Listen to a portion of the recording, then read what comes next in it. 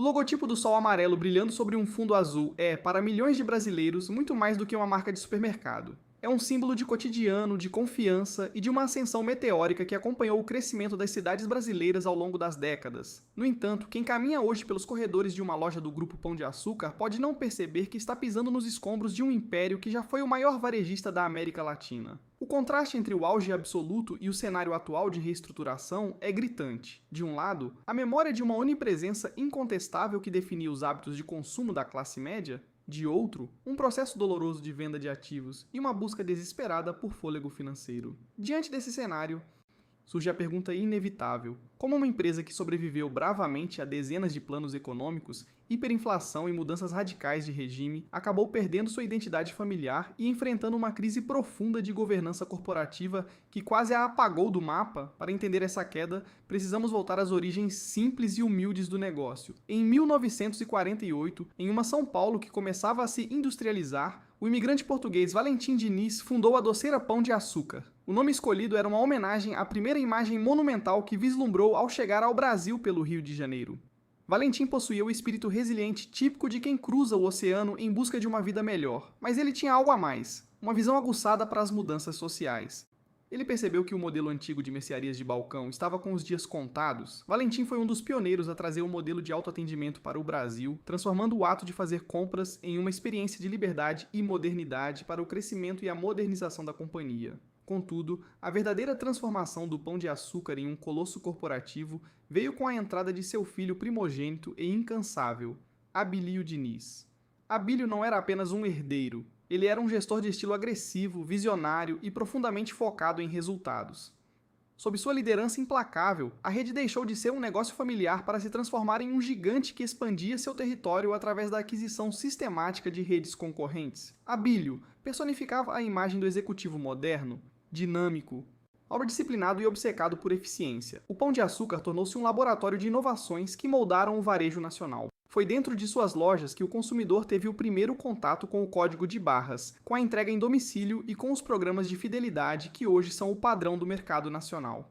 No entanto, o sucesso escondia rachaduras na base familiar. No final da década de 80, o grupo enfrentou seu primeiro grande abismo, uma tempestade perfeita de crise financeira e conflito interno. O crescimento desordenado e a burocracia excessiva quase levaram a empresa à falência. Foi nesse momento que o clã Diniz se dividiu em uma briga judicial que paralisou a companhia. Abílio e seus irmãos travaram uma guerra aberta pelo controle majoritário, envolvendo ressentimentos antigos e visões de gestão opostas. Abílio saiu vitorioso, mas assumiu uma empresa que estava no CTI, precisando de medidas drásticas para não desaparecer. Antes de continuarmos, inscreva-se no canal e nos conte nos comentários de onde você está assistindo. Com o controle total, Abílio Diniz iniciou uma das reestruturações mais famosas da história empresarial brasileira. Ele adotou a filosofia de ser enxuto e faminto, cortando custos com precisão e preparando o grupo para os desafios do novo milênio. Nos anos 90, o Pão de Açúcar ressurgiu com uma força renovada, tornando-se uma máquina de lucro pronta para competir agressivamente na arena global. Abílio preparava o terreno para o que acreditava ser o passo final para a imortalidade de sua criação, a busca por um parceiro internacional estratégico. Ele só não imaginava que esse pacto de crescimento seria o início de uma batalha épica de egos que selaria o destino do império que sua família construiu com tanto esforço. A sede de expansão de Abílio Diniz não conhecia fronteiras, e para sustentar o apetite voraz do grupo, era necessário um fôlego financeiro que apenas o capital global poderia proporcionar. Foi nesse contexto que, em 1999, Abílio tomou a decisão que mudaria para sempre o destino da companhia, a entrada do grupo francês Casino como sócio estratégico. No início, a parceria parecia um casamento perfeito entre a agressividade brasileira e o rigor europeu. Contudo, o que parecia um pacto de crescimento escondia cláusulas que, anos depois, seriam lidas como um verdadeiro pacto com o diabo corporativo.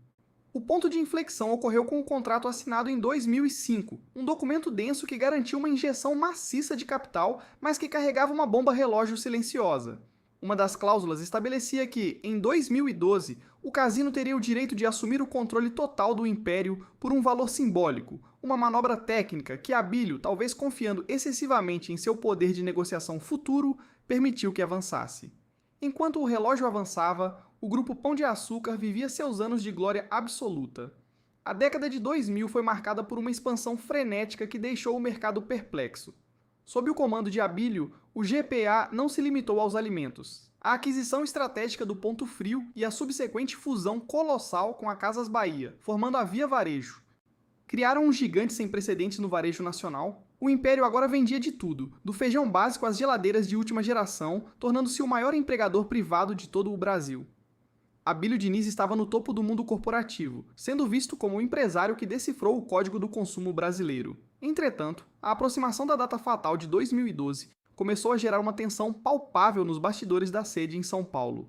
Abílio não estava disposto a entregar as chaves do castelo que sua família fundou. Em 2011, em um movimento desesperado e secreto para manter sua soberania, Abílio tentou uma manobra audaciosa que abalaria o mercado global. Uma proposta de fusão com o Carrefour, o arquirrival histórico do Casino na França. O plano era brilhante e arriscado, visando diluir a participação dos franceses e colocar Abílio novamente no comando de uma estrutura ainda maior. Mas o segredo vazou. Jean-Charles Naouri, o frio e calculista C, e o do Casino, recebeu a notícia como uma declaração de guerra e uma traição pessoal imperdoável.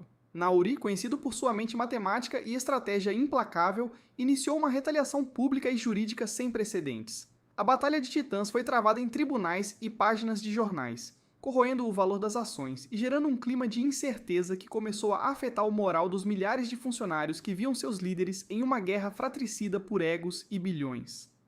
O desfecho foi amargo e marcou o fim de uma era. Sem o apoio do governo brasileiro para a fusão com o Carrefour e acuado pelas cláusulas contratuais que ele mesmo assinara anos antes, Abílio Diniz foi forçado a renunciar ao controle e, eventualmente, a sair da empresa.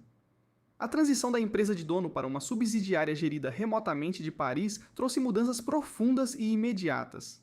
A cultura organizacional, antes pautada pela intuição e rapidez de Abílio, foi substituída por um foco excessivo em planilhas e resultados de curto prazo. O GPA passou a ser visto pela matriz francesa não mais como o coração de um projeto de varejo nacional, mas como uma máquina de dividendos necessária para estancar as dívidas crescentes que o próprio grupo Casino começava a acumular em solo europeu.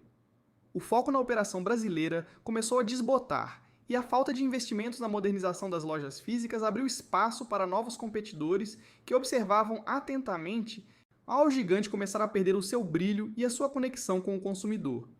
A nova era sob o controle total do Grupo Casino trouxe consigo uma mudança de paradigma que, silenciosamente, começou a corroer os alicerces do império construído por Valentim e Abílio Diniz, sob a batuta de Jean-Charles Naouri. O foco estratégico deixou de ser a experiência do cliente brasileiro para se tornar uma gestão financeira fria e de curto prazo.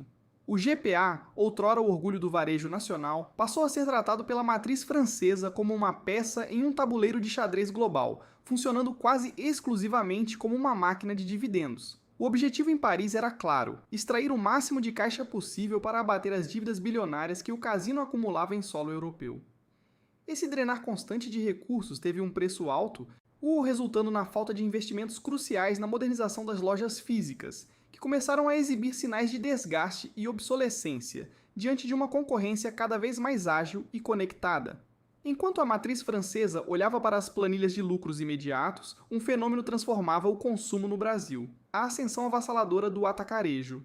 O consumidor brasileiro, espremido pela inflação e buscando economia de escala, começou a abandonar os hipermercados tradicionais em favor de modelos mais simples e baratos. Foi nesse cenário que o açaí, uma joia que já pertencia ao portfólio do grupo, começou a brilhar intensamente. No entanto, houve um erro fatal de leitura estratégica por parte da liderança francesa. Enquanto dedicavam esforços exaustivos para manter o modelo do Extra e do Pão de Açúcar operando em moldes antigos, o mercado nacional migrava em massa para o formato de galpões. Quando finalmente perceberam a magnitude dessa mudança cultural, o abismo entre o que o GPA oferecia e o que o público desejava já era vasto e difícil de transpor sem um investimento agressivo. O ano de 2021 marcou o movimento mais drástico da história recente da companhia: a cisão do açaí. Foi uma manobra financeira mestre para destravar valor para os acionistas do Casino, mas que deixou o velho Pão de Açúcar em uma situação de extrema vulnerabilidade. Ao separar o braço de crescimento acelerado e alta rentabilidade do restante do grupo, o GPA ficou com as operações mais pesadas e menos lucrativas, carregando ainda o peso de uma estrutura administrativa inflada e pouco eficiente para o novo tamanho da empresa. A consequência imediata foi o anúncio do fim definitivo de uma era dourada do varejo brasileiro: o encerramento do Extra Hiper. Nesse contexto de desmantelamento, a venda de 71 lojas icônicas do Extra para o próprio Açaí foi o golpe de misericórdia no modelo de hipermercados que Abílio tanto defendeu durante décadas. Ver as fachadas azuis e vermelhas sendo removidas das avenidas brasileiras foi o símbolo visual do fim de um império que parecia inabalável. A tempestade perfeita agravou-se entre 2023 e 2024, quando o próprio Grupo Casino entrou em um colapso financeiro sem precedentes na França. A crise da matriz forçou uma liquidação desesperada de praticamente todos os ativos remanescentes com valor de mercado. O GPA foi obrigado a vender sua participação no Grupo Éxito, na Colômbia.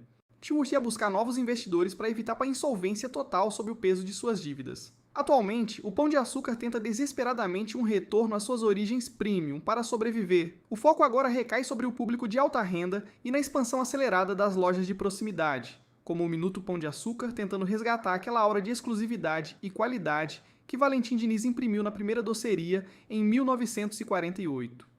No entanto, o caminho para a recuperação é íngreme, pois a empresa carrega o peso de passivos bilionários e uma marca que precisa ser reconstruída no imaginário de um consumidor que aprendeu a comprar de forma diferente.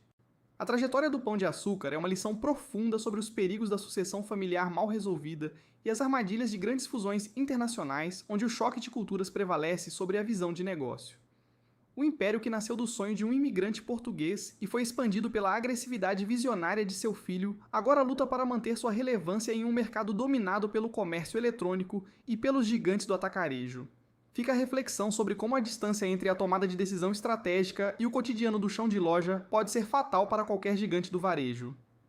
Qual é a sua memória afetiva com as lojas do Pão de Açúcar ou do Extra? Você acredita que o varejo tradicional ainda tem força para se reinventar ou estamos presenciando o capítulo final dessa história épica? Deixe sua opinião nos comentários e não se esqueça de se inscrever para acompanhar mais análises sobre os grandes impérios que moldaram o nosso cotidiano.